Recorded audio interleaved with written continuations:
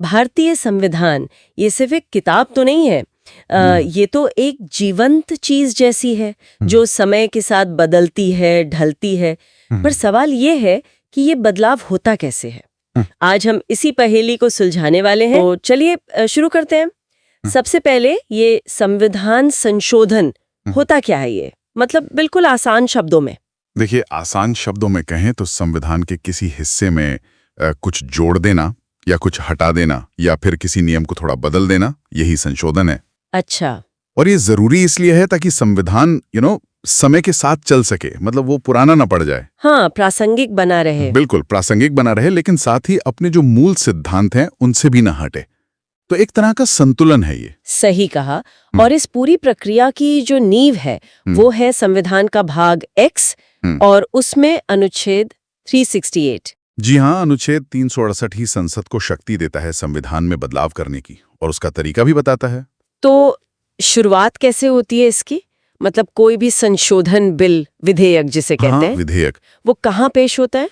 ये संसद के किसी भी सदन में आ सकता है, लोकसभा में भी, राज्यसभा में भी। अच्छा। हाँ, पर राज्यों की विधानसभाओं में नहीं, ये सिर्फ संसद का काम है। और क्या इसके लिए राष्ट्रपति की पहले मंजूरी लेनी पड़ती है? नहीं, बिल्कुल नहीं। संशोधन विधेयक के लिए राष्ट्रपति की पूर्व अनुमति आवश्यक नहीं है। ठीक है, तो बिल आ गया सदन में, अब पास कैसे होता है? सुनाइए, थोड़ा पेचीदा है। हाँ, थोड़ा है। इसे पास करने के लिए चाहिए होता है विशेष बहुमत। विशेष बहुमत, ये क्या होता है? मतलब आम बहुमत से अलग कैसे है? हाँ, देखिए, इसमें 2 शर्तें पूरी करनी होती हैं हर सदन को। अच्छा। पहली शर्त, सदन की जो कुल सदस्य संख्या है उसका बहुमत होना चाहिए, मतलब 50% से ज्यादा सदस्य पक्ष में हों। और दूसरी शर्त, उस दिन सदन में जितने सदस्य मौजूद हैं और वोट कर रहे हैं उनका कम से कम 2/3 बहुमत चाहिए। ओ, यानी दोनों शर्तें पूरी होनी चाहिए, कुल सदस्यों का भी बहुमत और वोट करने वालों का 2/3 भी। बिल्कुल, दोनों शर्तें पूरी होंगी तभी वो सदन से पास माना जाएगा। और क्या दोनों सदनों को अलग अलग पास करना होता है? हाँ, ये बहुत जरूरी बात है। दोनों सदनों को इसे अलग अलग विशेष बहुमत से पारित करना होता है। और अगर दोनों में सहमति ना बने तो, जैसे आम बिल में जॉइंट सिटिंग हो जाती है? नहीं, संविधान संशोधन के मामले में संयुक्त बैठक यानी जॉइंट सिटिंग का कोई प्रावधान नहीं है। अगर एक सदन पास करे और दूसरा नहीं तो बिल वहीं खत्म हो जाता है। अच्छा, ये तो काफी सख्त प्रक्रिया है। लेकिन क्या हमेशा बस संसद ही काफी होती है? कुछ ऐसे बदलाव भी तो होंगे जो राज्यों पर सीधा असर डालते हैं। बिल्कुल सही सवाल। और यहीं पर प्रक्रिया थोड़ी और बदल जाती है।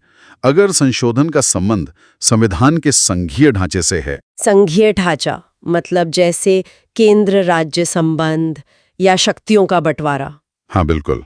जैसे राष्ट्रपति का चुनाव या केंद्र और राज्यों की एग्जीक्यूटिव शक्तियों का विस्तार, सुप्रीम कोर्ट, हाई कोर्ट, 7वीं अनुसूची की कोई लिस्ट, इस तरह के मामले। अच्छा, तो इनके लिए क्या अलग है? इनके लिए संसद के दोनों सदनों का विशेष बहुमत तो चाहिए ही, उसके साथ साथ कम से कम आधे राज्यों की विधानसभाओं की सहमति भी जरूरी है। आधे राज्यों की सहमति? और वो कैसे? विशेष बहुमत से? नहीं, राज्यों की सहमति साधारण बहुमत से चाहिए होती है। उनकी विधानसभाओं में बस 50% से ज्यादा सदस्य पक्ष में वोट कर दें तो काफी है। समझ गए। तो संसद से पास हुआ, जरूरत पड़ी तो आधे राज्यों से भी पास हुआ, फिर जाता है राष्ट्रपति के पास। जी हाँ। अब राष्ट्रपति क्या करते हैं? वो रोक सकते हैं बिल को या वापस भेज सकते हैं? यहीं पर एक बहुत अहम बात है। जब संशोधन विधेयक राष्ट्रपति के पास पहुंचता है तो उन्हें उस पर अपनी सहमति देनी ही होती है। देनी ही होती है, मतलब कोई ऑप्शन नहीं? ये तय हो गया है, राष्ट्रपति ना तो अपनी सहमति रोक सकते हैं और ना ही बिल को पुनर्विचार के लिए संसद को लौटा सकते हैं। अरे वाह। उनकी सहमति मिलते ही विधेयक अधिनियम बन जाता है और संविधान में वो बदलाव लागू हो जाता है। 1 मिनट, तो क्या संविधान में हर छोटा बड़ा बदलाव इसी मुश्किल मतलब विशेष बहुमत वाली प्रक्रिया से ही होता है या कुछ और तरीके भी हैं? नहीं, ये समझना जरूरी है। असल में संविधान में संशोधन के मोटे तौर पर 3 तरीके हैं बहुमत के आधार पर। 3 तरीके? अच्छा, हाँ। पहला है साधारण बहुमत से संशोधन। साधारण बहुमत? हाँ, ये अनुच्छेद 368 के दायरे में नहीं आता। इसके लिए बस सदन में जितने सदस्य मौजूद हैं और वोट कर रहे हैं उनके 50% से ज्यादा का समर्थन काफी है। अच्छा, जैसे कौन से बदलाव होते हैं इससे? जैसे नए राज्यों को भारत में शामिल करना या नए राज्य बनाना, राज्यों की सीमाएं बदलना, नागरिकता से जुड़े नियम या किसी राज्य में विधान परिषद बनाना या खत्म करना, ये सब साधारण बहुमत से हो जाता है। ओके, ये तो काफी सीधा लग रहा है। और बाकी दो तरीके? वो अनुच्छेद 368 वाले हैं। हाँ, बाकी दो तरीके अनुच्छेद 368 के तहत आते हैं। दूसरा तरीका है विशेष बहुमत से। वही वाला जिसकी हमने बात की, कुल सदस्यों का बहुमत और मौजूद व वोट करने वालों का 2/3। वही, संविधान के ज्यादातर प्रावधान इसी तरीके से बदले जाते हैं। जैसे हमारे मौलिक अधिकार हैं या राज्य के नीति निदेशक सिद्धांत हैं, इन सब में बदलाव के लिए विशेष बहुमत चाहिए। ठीक है। और तीसरा तरीका? तीसरा तरीका सबसे सख्त है, वो है विशेष बहुमत और साथ में कम से कम आधे राज्यों का अनुसमर्थन। अच्छा, ये उन संघीय मामलों के लिए जो आपने बताए थे। एकदम सही। जो भी प्रावधान देश के संघीय ढांचे को प्रभावित करते हैं, उनके लिए ये प्रक्रिया है।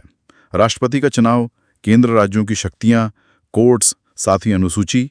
और हाँ, मजे की बात यह है कि अगर खुद अनुच्छेद 368 में ही कोई बदलाव करना हो, हाँ, तो उसके लिए भी यही तीसरा सबसे मुश्किल वाला तरीका अपनाना पड़ता है। अच्छा, तो ये प्रक्रिया खुद को भी इसी तरह सुरक्षित रखती है। बिल्कुल। तो संक्षेप में देखें तो भारतीय संविधान को बदलना मुमकिन है, लेकिन अनुच्छेद 368 वाली जो प्रक्रिया है, वो सोच समझकर थोड़ी जटिल रखी गई है। ये 3 तरह के बहुमत इस्तेमाल करती है: साधारण, विशेष और विशेष बहुमत के साथ राज्यों की सहमति। ये एक तरह से लचीलेपन और मजबूती की भी संतुलन साधने की कोशिश है। ये वाकई एक बहुत दिलचस्प संतुलन है, लचीलापन भी और स्थिरता भी। तो इसी के साथ आज की हमारी ये चर्चा यही समाप्त होती है।